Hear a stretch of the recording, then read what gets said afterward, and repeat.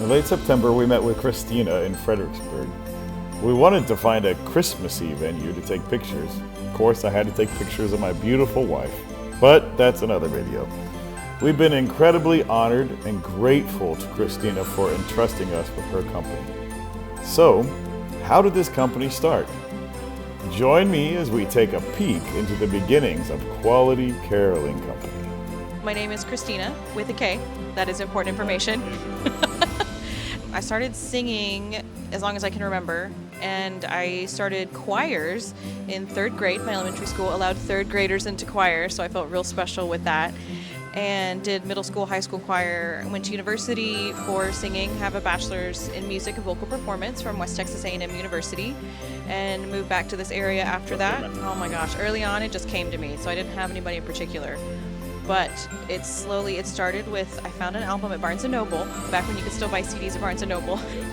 And it was, I forgot what it was called, but it had like a mauve-y color that was like a sepia picture of Maria Callas. And I was like, what are these songs? They're so, because I'd been singing in choirs and I'd heard opera choruses and stuff, but something about those just like, it just, you know, and her Mon Coeur is still something that I warm up to. The company started, and the birth of the idea even came the same year as 2018. And I really wanted to do a really good job at what I did. And I had never started a company, much less run a company, but I felt like I could.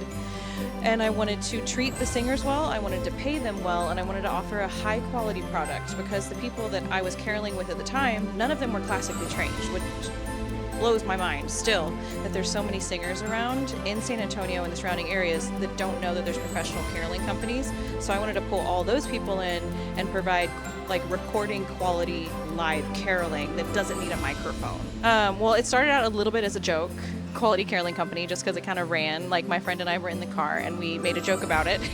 And then I thought, no, I need to think of something else. And it was like, no, that was your first idea, the first divine inspiration that came down, so we'll stick with it. But I feel like that also speaks to what it is. Like, if we're bad, if we're not quality, like, not only is that a joke, right? But like, it tells you that we're good at what we do. The product that is offered is a high quality product. I procure all the costumes. I mean, like, that's more than just buying them. I buy the different pieces. I make the accent pieces myself. So I make like the flowers that go on the men's cloaks, the little decorations.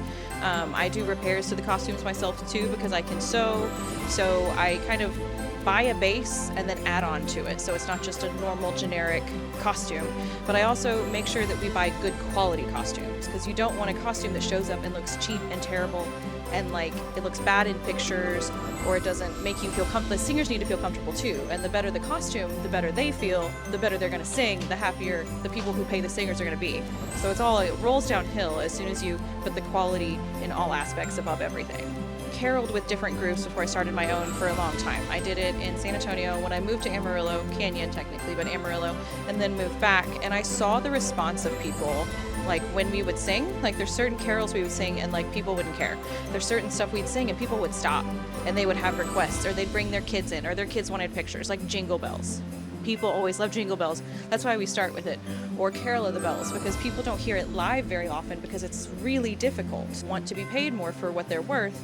And you also have to take into consideration these people have been taking voice lessons and practicing their craft for years. So you're paying for an hour of caroling, but you're also paying for 20 years experience. Some of these people have DMAs, Doctor of Musical Arts. A lot of them have master's degrees. They're teachers themselves, so they're highly skilled at sharing and doing what they're doing, and they have been for longer than some of the kids listening have been alive. The first gig, everybody experiences this, I'm pretty sure. You do the first gig, you show up, and people think the music's piped in. They don't think you're real, right? And they walk by and they see carolers and their eyes light up and the kids get happy, and so much joy is brought because they're live, like actual Christmas carolers there. And sorry, it's like makes me a little teary-eyed, but every year that moment reminds me of why it's so important to do what we do, and why it's important to have the right costumes, the right music, the right people doing it, because that instantaneous, like smaller than a second experience that brings joy to somebody, it has to land so good in that little moment. And when it does, I feel like it's so worth it for everybody involved. Thank you, Christina. We really appreciate you. Your company is in good hands.